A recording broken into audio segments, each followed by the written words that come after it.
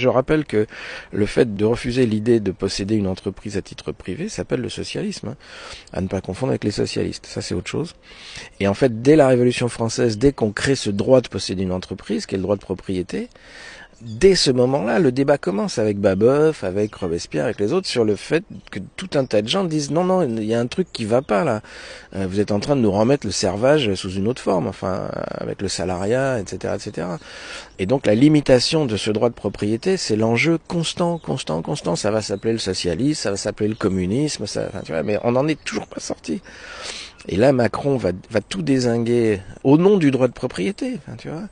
Il va finir de péter ce qu'on avait réussi à mettre en place à la Libération, à savoir le fait de décider que cet argent produit dans le cadre d'une entreprise, c'est tout autant l'argent des gens qui travaillent que l'argent du propriétaire qui a mis 3 sous dans l'affaire, et que donc, à ce titre, nous sommes fondés, dans le cadre d'un rapport de force, à décider de la part que nous décidons de prendre sur les profits pour financer la protection sociale collective. Et donc, Macron c'est un tel recul, enfin, c'est incroyable, enfin, Macron, là-dessus, Mélenchon a tout à fait raison, c'est le retour au 19e siècle, mais vraiment, c'est pas une image, c'est le retour à cette idée que moi, patron, je te donne un salaire direct en échange de ta force de travail, c'est-à-dire je t'achète ta force de travail, du coup c'est un prix, et je suis quitte. Et je vois pas pourquoi je devrais payer les mecs qui sont à la retraite. C'est pas à moi de m'occuper de ça. Pourquoi je devrais payer des allocations familiales? Pourquoi je devrais payer... Mais c'est pas toi qui payes, enfoiré. Je veux dire, c'est l'argent qu'on fabrique ensemble, tu vois. Sauf que tu vois bien que si tu dis ça, le mec va te répondre, mais c'est ma propriété, c'est mon entreprise, vous aviez qu'à en faire une. Moi j'en ai... Enfin, tu vois, on est complètement autour de cette notion religieuse de la notion de propriété.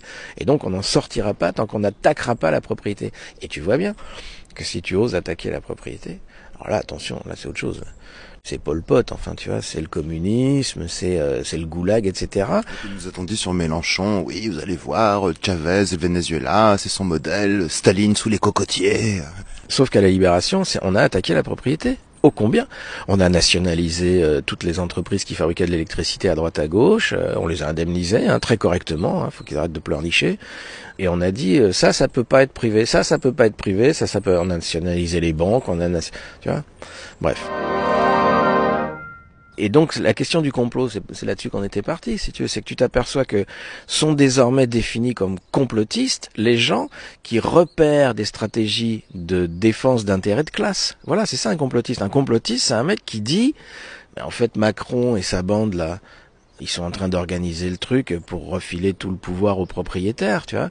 Alors si tu dis ça, t'es un complotiste. Mais tu vois bien que l'argument du complotisme est un argument, en fait, qui vise à interdire, ne serait-ce que de penser la lutte de classe, quoi.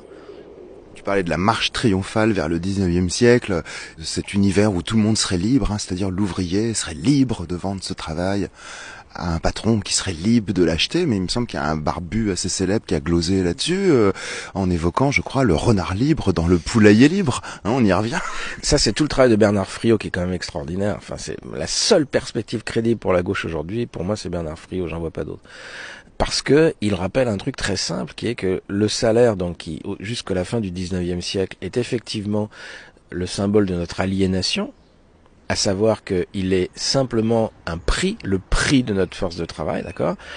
Sauf que là-dessus, le mouvement syndical s'organise, le mouvement il s'organise et va tout doucement, de conquête en conquête, de bagarre en bagarre, de grève en grève, de mort en mort, de manif en manif, d'émeute en émeute. Le mouvement ouvrier va tout doucement modifier ce qu'est le salaire, la composition du salaire, et va petit à petit imposer, obliger, mais c'est une putain de bagarre, obliger le propriétaire de l'outil de production à pas seulement filer du salaire direct dans ta poche, mais en échange, pour avoir le droit de te faire bosser, il est obligé de filer des cotisations pour payer d'autres personnes, pour payer des malades, pour payer des chômeurs, pour payer des retraités, etc. Et tout doucement, de bagarre en bagarre, le salaire devient de moins en moins un prix pour devenir un barème. Alors, tu vas dire c'est subtil. Oui, c'est subtil. Ça suppose de se faire chier un peu dans des bouquins le soir, ce qui est pas donné à tout le monde. Quand on a bossé, on a plutôt envie de lire un roman policier. Mais je veux dire comprendre comment, grâce au mouvement ouvrier, à la CGT, aux résistants, comment le prix devient un barème, c'est-à-dire un rapport de force. Le salaire devient l'expression d'un rapport de force. Et donc le salaire, il est de moins en moins notre aliénation, de plus en plus notre émancipation. Et donc, on arrive à construire ce truc extraordinaire, qui est que si tu veux ma force de travail parce que tu as créé une petite entreprise et que tu veux me faire bosser pour que je te ramène du pognon, si tu me donnes 1500 euros, et ben maintenant tu es obligé de donner 1500 euros à quelqu'un d'autre. Et c'est ça le truc absolument phénoménal, si tu veux, de la conquête ouvrière. Et c'est ça qui recommence à grignoter, mais dès 48. Et là, Macron va mettre probablement la dernière touche à ça, en finissant le travail qu'avait commencé Hollande, Rocard, enfin toutes ces ordures. Et on revient au 19e siècle. Alors c'est extraordinaire, parce que du coup, ton salaire net augmente.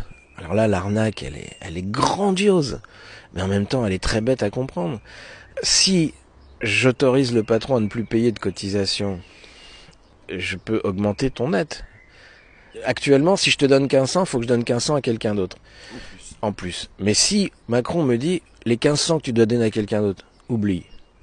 Garde 1000 pour toi et file les 500 au mec. Résultat pour les gens, c'est écrit dans le programme de Macron. Leur net va augmenter. Les mecs se disent, putain, Macron, il augmente les salaires. Il augmente pas les salaires, il diminue le salaire. Mais comment tu fais comprendre à quelqu'un que quand on te donne 500 euros en plus, on diminue ton salaire? C'est un truc qui rend fou, ce machin. Parce qu'on sait plus ce que c'est que le salaire. On pense le salaire comme salaire dans notre poche, salaire net. Je te donne 500 euros en plus, mais maintenant tu vas te la payer ta santé, tu vas te payer ta retraite, tu vas te payer ta maladie, tu vas te payer ton chômage, tu vas te démerder comme un grand, on va te filer un panier. Tout ça, c'est la croyance dans la propriété. Donc... Tu es archaïque, Franck Lepage. Comme dirait Macron, tu ne penses pas printemps. Lorsque tout parfois semble perdu ou morose, il faut penser printemps.